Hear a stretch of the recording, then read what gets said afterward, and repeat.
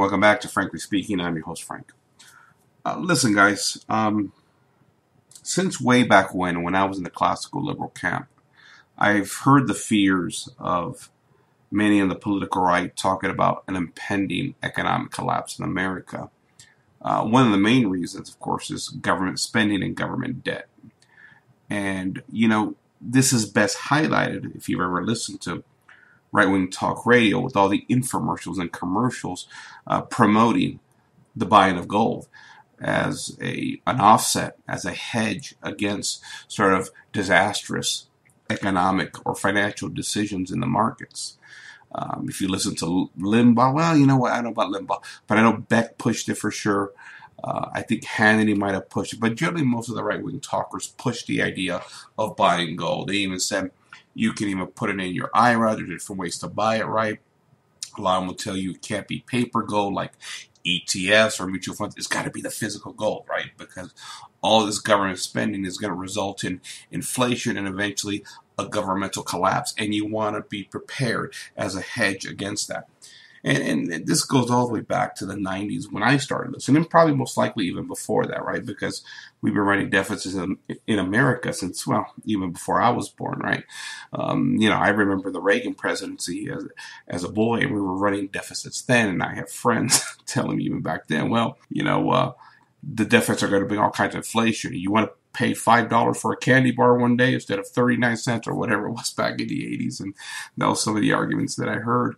But what I've always found interesting in my life, and I've always said we all have our unique experiences, while the fear of inflation and this eventual collapse of the nation in regards to its finances has always been at the forefront of a lot of conservative politics, libertarian politics. The fact is that if you would have ignored most of that advice and just invested in the markets as normal, you would have done just fine. In fact, you would have done better than just fine, because historically the stock market has returned really all kinds of money returns. I mean, especially the past 10, 15 years since the collapse of the markets in '08, and even before that, it was trading great. What is it? The historical average of the stock market is about an 8 to 9% return in the past 10 years. I think we're getting like 12 to 15, which is insane, really. You get 15% investment return on anything, you're going to be a millionaire by the time you get to your old age if you start investing early enough, right? And so this has kind of been an idea and a talking point on the right for a long time. And I'm just wondering how much damage that's done to people's lives. And because the fact of the matter is that the market historically always comes back.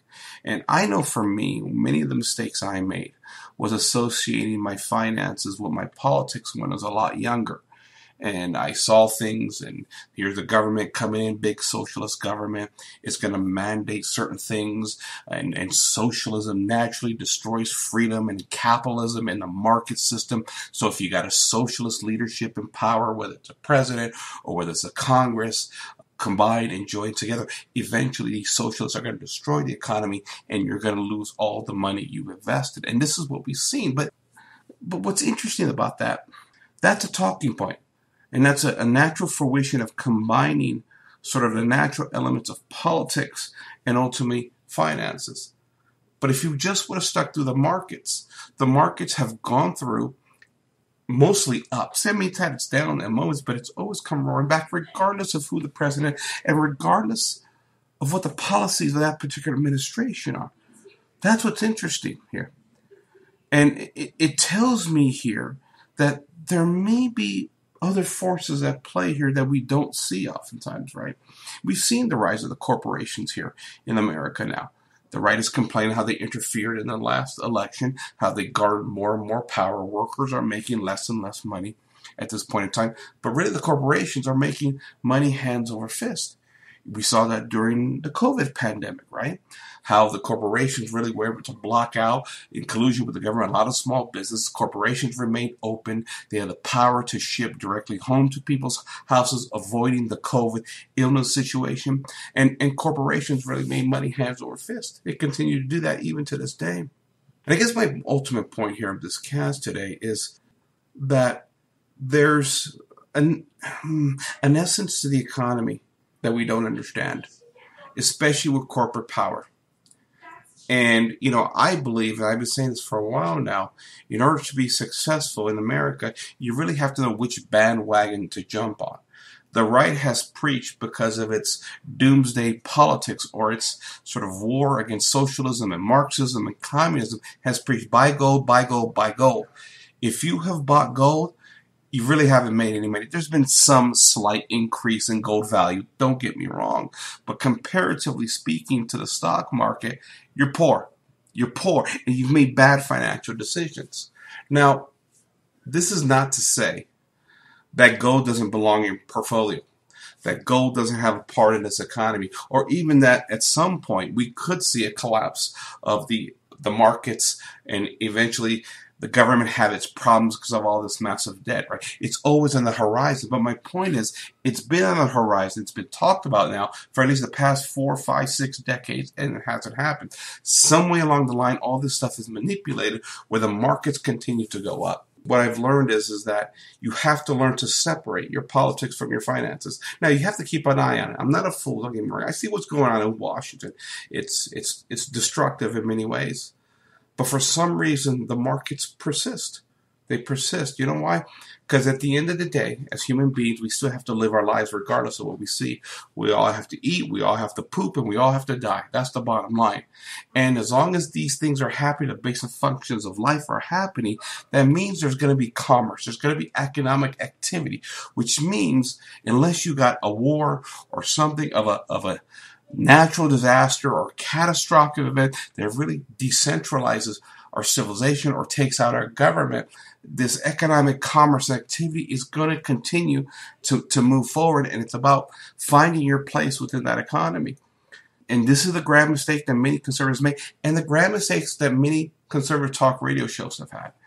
And I'm just wondering if these guys in the political right, and I'm thinking Glenn Beck specifically here, okay, because I know for a fact that he has pushed gold for a long time. Now, I haven't listened to his show in a few months, but I'm not shocked, especially now as the national deficit has continued to grow and grow and grow over the last several presidencies, if he's still pushing gold. I know he was pushing it hard a few years back, and you wonder, people that have had the fear of sort of this impending economic collapse put in their hearts and in their minds, how much damage in their lives has been done by conservative talk radio and really all media, right? I've seen it on Fox News, right? The buy your Eagle Golds or whatever that is and put it in your retirements. You got all these commercials here from media outlets, political media outlets that push gold all the time with this idea that the collapse is coming. It's here. It's right around the corner. And you wonder how much damage these commercials have done. Because in many respects, right, you do have gold companies here that are pushing their product. And they're pushing their product through fear because, again, gold is a hedge against the economy. Anybody that pushes gold has to cheer for the overall economy, the market to collapse. This is what they're doing here. So at what point to talk radio, Fox News, or really any other sort of media entity pushing gold, while pushing the fear of this impending collapse, what responsibility do they have for the diminishing wealth that many Americans have suffered precisely because for the past 20, 30 years of listening to talk radio, they believed an impending collapse is coming, right? I mean, you listen to some of these commercials and listen, they're telling you about the national deficit, they're telling you about impending wars, they're telling you about a socialist government. Yeah, people are going to react to that. And, while Glenn Beck may be getting a nice royalty check for running those gold commercials or advising or pushing the idea of buying gold, he's also put in the hearts and minds of every individual that there's something bad coming down the pipe. And you potentially have, in individual case at least, generational wealth lost because at the end of the day, the likes of Beck are collecting a royalty check. That's something we have to consider. Now, in regards to where the economy is at, is there concerns? Absolutely. Do I believe gold should be part of your portfolio? And I'm not a financial advisor. I'm not giving anybody any financial advice here. I don't do that. I stopped that a long time ago. Not that I'm an expert in any kind of way, but could there be a possibility that it belongs to your portfolio? Sure, absolutely. But let people come to that realization themselves. Don't scare people into buying these things. I think that's one of the great mistakes, or one of the great sins that many on the political right have done. Now, again, massive deficits, impending wars. There's always, sort of these international affairs that are always tough. Government that continues to acquire power. Sure, there could be some dysfunctions in the economy down the line.